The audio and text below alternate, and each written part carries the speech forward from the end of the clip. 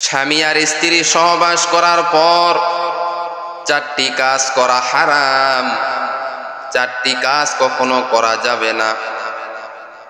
স্বামী আর স্ত্রী সহবাস করার পর চারটি কাজ করা হারাম।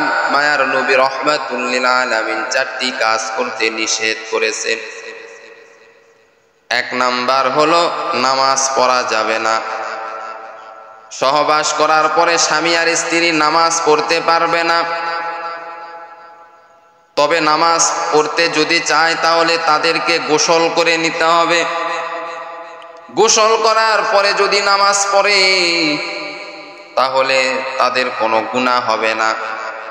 কিন্তু সহবাস করার পরে যদি গোসল করা ছাড়াই যদি স্বামী আর স্ত্রী নামাজ আদায় করে তাহলে তাদের নামাজ তো হবে না, বরং তারা গুনাহগার হয়ে যাবে। এরে আল্লাহর বান্দা নবীর উম্মতের দল, সহবাস করার পরে স্বামী আর স্ত্রী কোরআন স্পর্শ করতে পারবে না, কোরআন পড়তে পারবে না, কোরআন স্পর্শ করতে পারবে না। যদি তারা সহবাস করার পর গোসল করা ছাড়াই যদি কোরআন স্পর্শ করে তাহলে আল্লাহ পাক রব্বুল আলামিন তাদের আমলনামায় গুনাহ দিবে, কঠিন গুনাহ দিবে, কবিরা গুনাহ হয়ে যাবে। কবিরা গুনাহ এমন একটি গুনাহ যেই গুনাহ তওবা ছাড়া কখনো মাফ হবে না। কবিরা গুনাহ এমন একটি গুনাহ, সাধারণ কোনো গুনাহ নয়। কবিরা গুনাহ এমন কঠিন গুনাহ যা তওবা ছাড়া কোনোদিন মাফ হবে না। ছোট্ট ছোট্ট আমরা যেগুলি গুনাহ করে থাকি এই গুনাহগুলি কিছু নেকির কাজ করার দ্বারাই আল্লাহ তাআলা মাফ করে দেন। গুনাহগুলি আল্লাহ তাআলা মাফ করে দেন।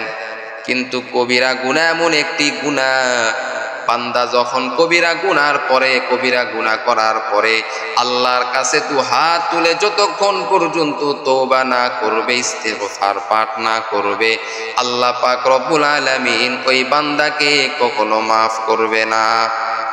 এজন্য 2 নাম্বার হলো সহবাস করার পরে স্বামী আর স্ত্রী কোরআন স্পর্শ করতে পারবে না।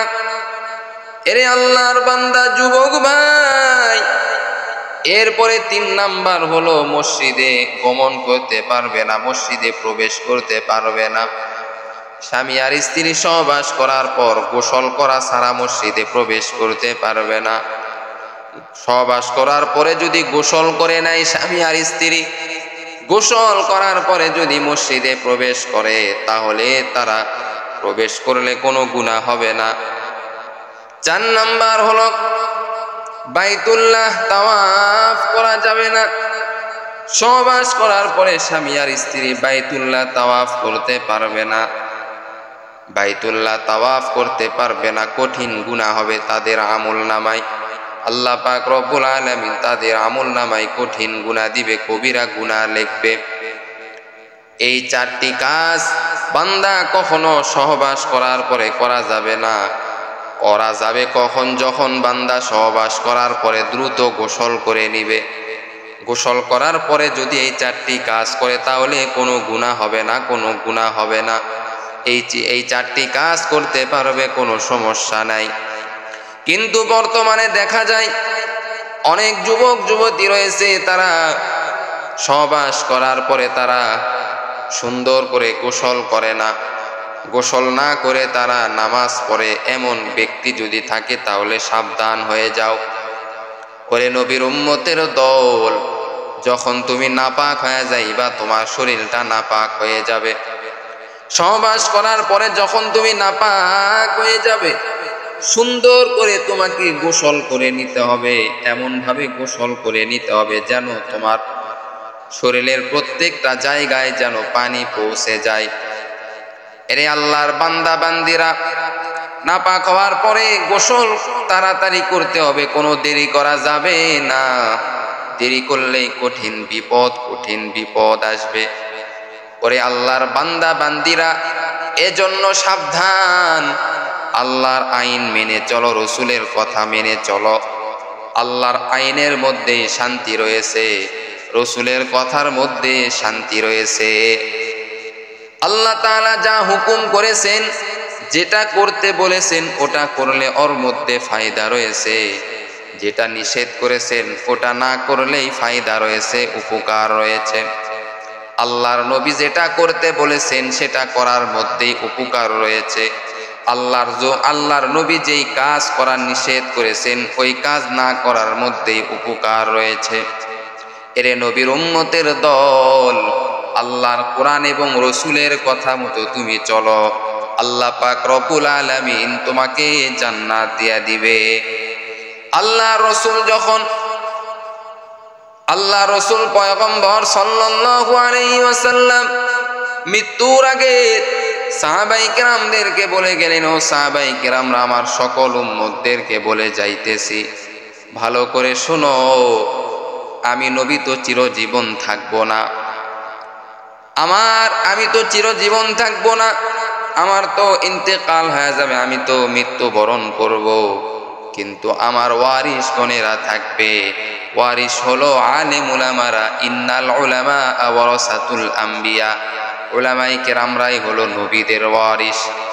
এই উলামায়ে কেরামদেরকে যদি তোমরা মহব্বত করো তাহলে মনে করবা আমি নবীকেই মহব্বত করলা। উলামায়ে কেরামদের মেহমানদারি করলা মানে মনে করবা আমি নবীরই মেহমানদারি করলা। আলেম উলামাদের সঙ্গে তুমি থাকলা মানে, আলেম উলামাদের খেদমত করলা মানে মনে করবা নবীরই খেদমত করলা। এজন্য আলেম উলামারা হলো নবীদের ওয়ারিস।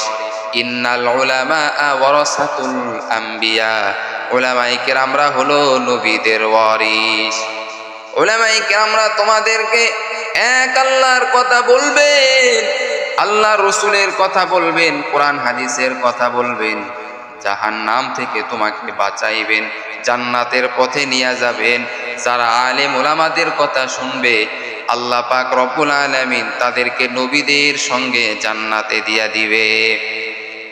এরে আল্লাহর বান্দা, অনেকে বলে, আমাদের সমাজের মধ্যে অনেক ভাই বোনেরা বলে যে যখন সহবাস করা হয়, স্বামী আর স্ত্রী সহবাস করার পরে কোনো কাপড়ে হাত লাগানো যাবে না, কোনো কাপড়ে হাত লাগানো যাবে না, এইবার কোনো খাবারের জিনিসে হাত লাগানো যাবে না। এগুলি মিথ্যা কথা।